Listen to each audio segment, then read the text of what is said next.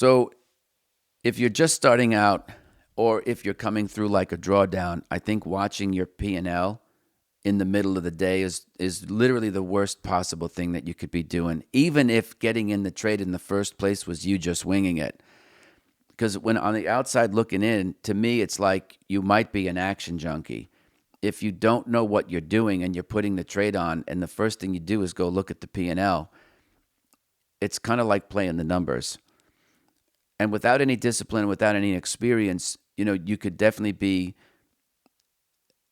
invited emotionally to start taking action when there isn't any action being taken, need to be taken.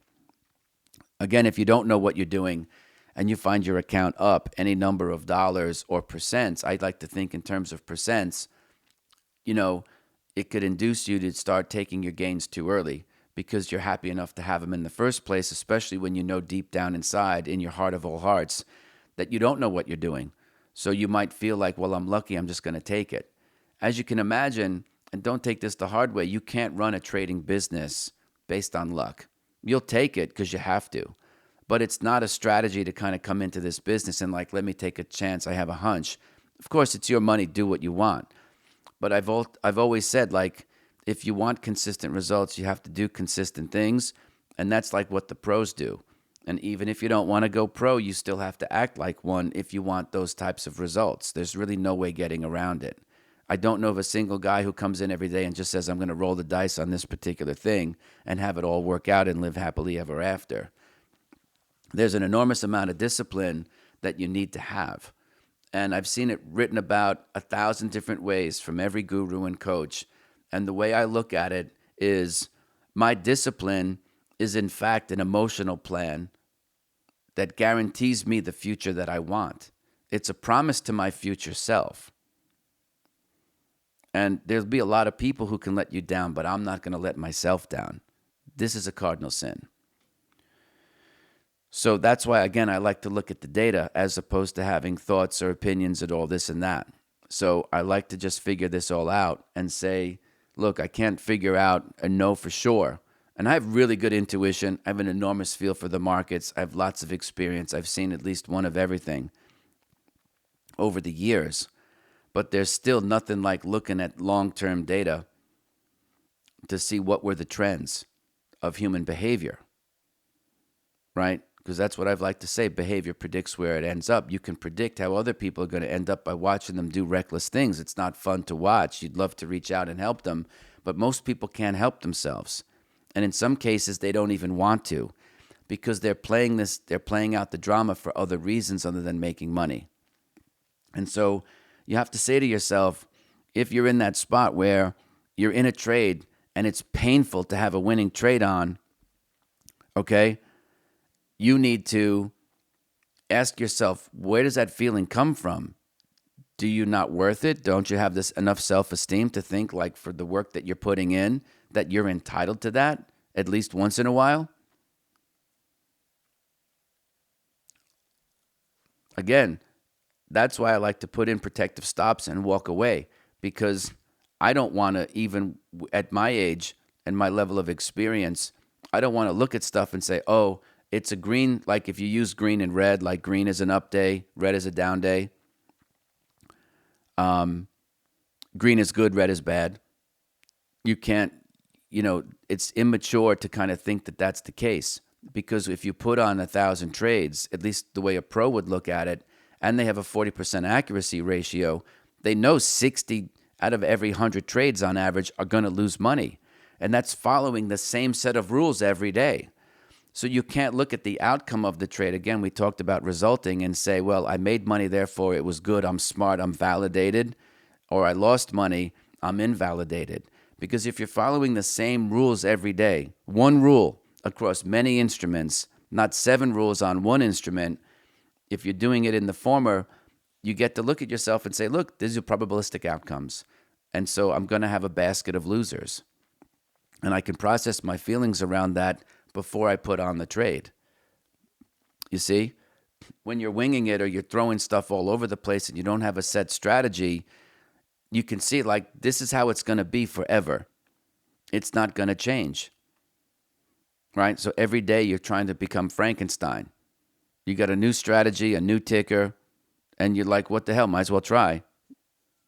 Because certainly the money's not going to show up in your account just for the sake of doing it. But that's why I try to say simplify the process when you're starting. You can get more sophisticated as you get older. But when you're just starting out, or if you are at a big hedge fund and you're struggling, reduce everything down to one simple task, one simple strategy that you know has been your ballywick over the years.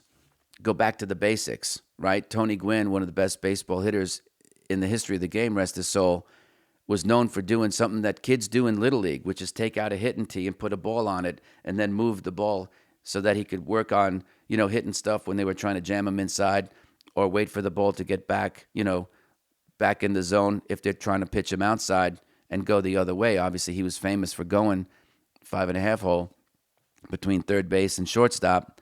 So you can do that too with your trading, is simplify.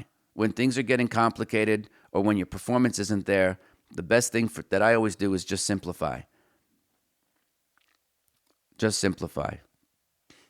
So for those of you that are just starting out, I know there's a dichotomy here. When you're just starting out, you have to look at your capital. That's not going to be your fortune. Your fortune's not necessarily going to come from that money, but it's going to come from the efforts that you make to try certain things out to see which one fits.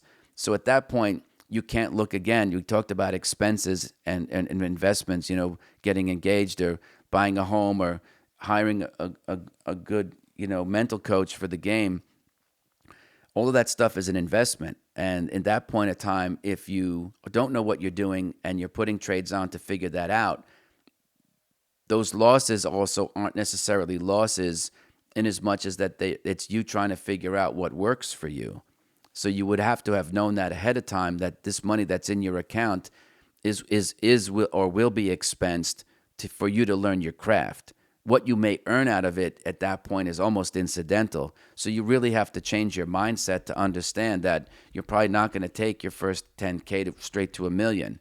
You might take it to 2,000 first and have to refund your account until you figure out how you can do things.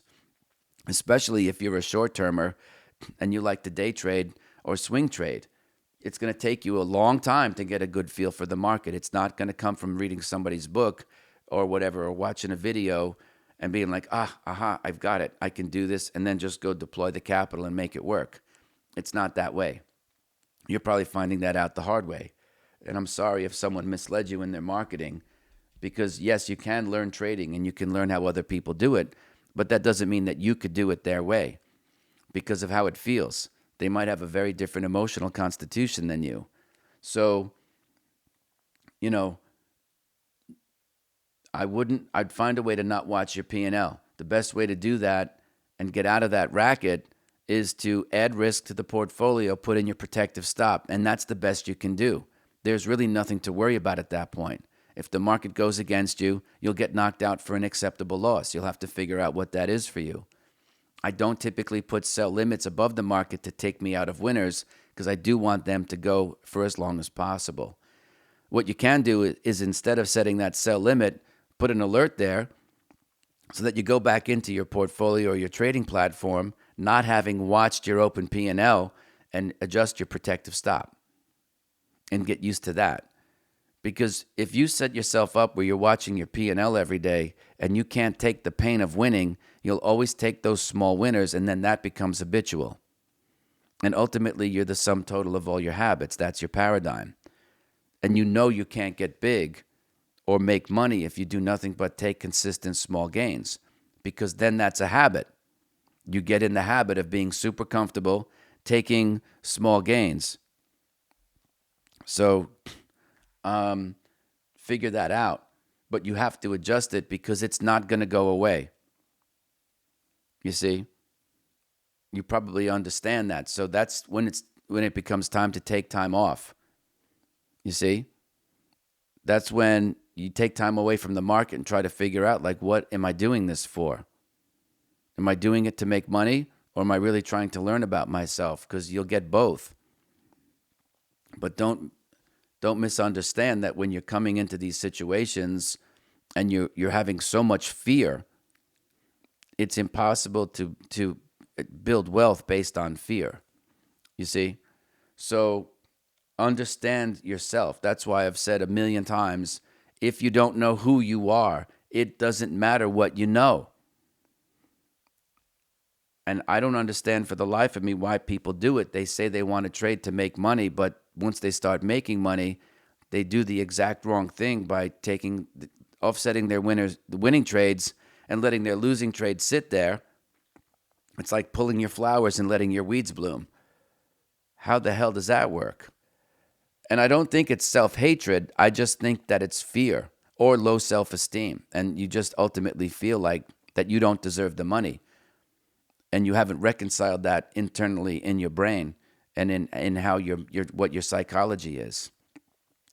So you self-sabotage, right? You might do that in relationships, like all those emotional models you can overlay in many other areas in your life. Do you have a history of burning bridges? You can look for similarities and kind of learn from that. Again, not to plug the system, but that's a lot of the stuff that we go over in, especially the group and the one-on-one stuff, where people say the end result, is that not only did their trading improve, but their lives have improved because you find that you run emotional models on top of everything that you're doing. Even if you're, regardless of whether you're a chart reader or a systems trader, it all captures your emotional constitution in one way, shape, or form. So, get used to it. It's not going away. I can tell you that much. If you're in the habit of watching your P&L, I can't help but to think, that you're just going to stay small for a long time. You have to find a way to get over that. And the way that I did it was, I just said, look, in the short run, the market's super random. It's going to go where it's going to go. I cannot become emotionally invested in the outcome of something that's probabilistic and that I can't control. And I have to get used to knowing that probably more than half the time I'm going to lose money. So how much am I willing to lose? And get comfortable with that number. And then once you have that number as a percentage of your overall capital, you can position size accordingly. And we talked about how you can do that. If you buy 100 shares and you risk $10, you have $1,000 at risk. Well, how can you adjust your position size and then change what your stop is, right? You can buy 200 shares and risk 5, or you can buy 50 shares and risk 20. So you can adjust all that to better fit who you are emotionally. It's going to be different for everybody. Anyway, I don't want to blather on about stuff that I've talked about at length already, but I feel like these are the things that you really need to work on. And even if you're a pro trader running $7 million line of credit, keep it simple, trade smaller, and cut your risk until you can get back into a groove with the market. Because every once in a while, things will get out of sync. And the best thing you could do at that period of time is sit on your hand as opposed to forcing trades, you see? I think at that level, you probably inherently know that. So that's a good time to take some time off. Maybe go back to the simulator and see when did these things happen over history over the last 20 years, and what could you have done differently, right? If you're trading outright stuff, how could you have maybe used options or created spreads, for example, right? So that's a good time to kind of test the data and kind of see where you can pivot without turning the whole world upside down.